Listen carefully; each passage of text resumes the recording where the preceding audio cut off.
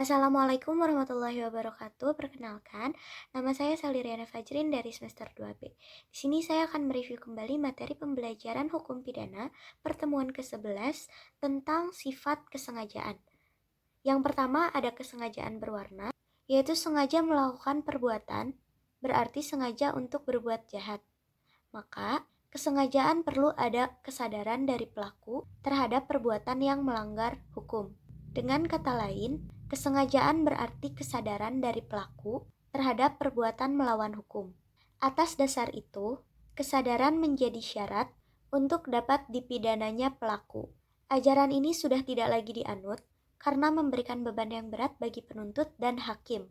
Dalam ajaran ini, hakim harus membuktikan bahwa pelaku dalam melakukan tindak pidana selain menghendaki. Yang kedua, ada kesengajaan tidak berwarna. Untuk dapat dipidana, pelaku cukup hanya menghendaki perbuatannya dan tidak harus mengetahui atau menyadari bahwa perbuatannya dilarang dan diancam pidana oleh undang-undang. Ajaran inilah yang dianut oleh undang-undang atau hukum pidana Indonesia.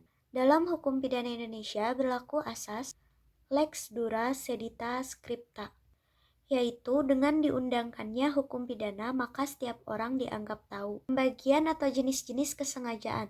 Yang pertama ada dolus determinatus, yaitu kesengajaan tertentu yang ditujukan pada objek tertentu.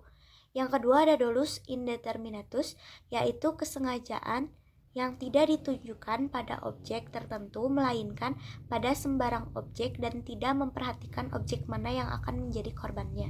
Yang ketiga ada dolus alternativus, yaitu kesengajaan yang ditujukan pada objek yang satu atau objek yang lainnya, jadi memilih satu di antara dua objek. Yang keempat ada dolus generalis, yaitu kesengajaan yang ditujukan pada umum.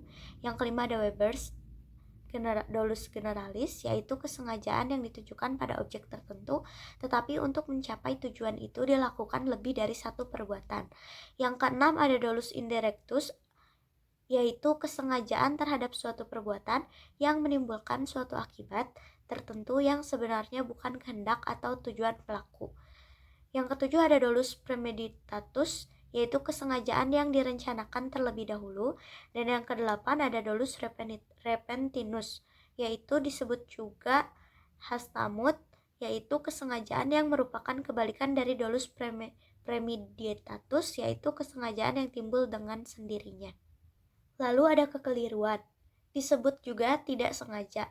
Dan keadaan batin seperti ini dinamakan juga kesesatan, kekeliruan, atau salah kita. Kesesatan dapat dibedakan, yang pertama kesesatan peristiwa, yang kedua kesesatan hukum, yang ketiga kesengajaan, yang keempat kekeliruan objek, yang kelima penyimpanan sasaran, dan yang terakhir delik putatif.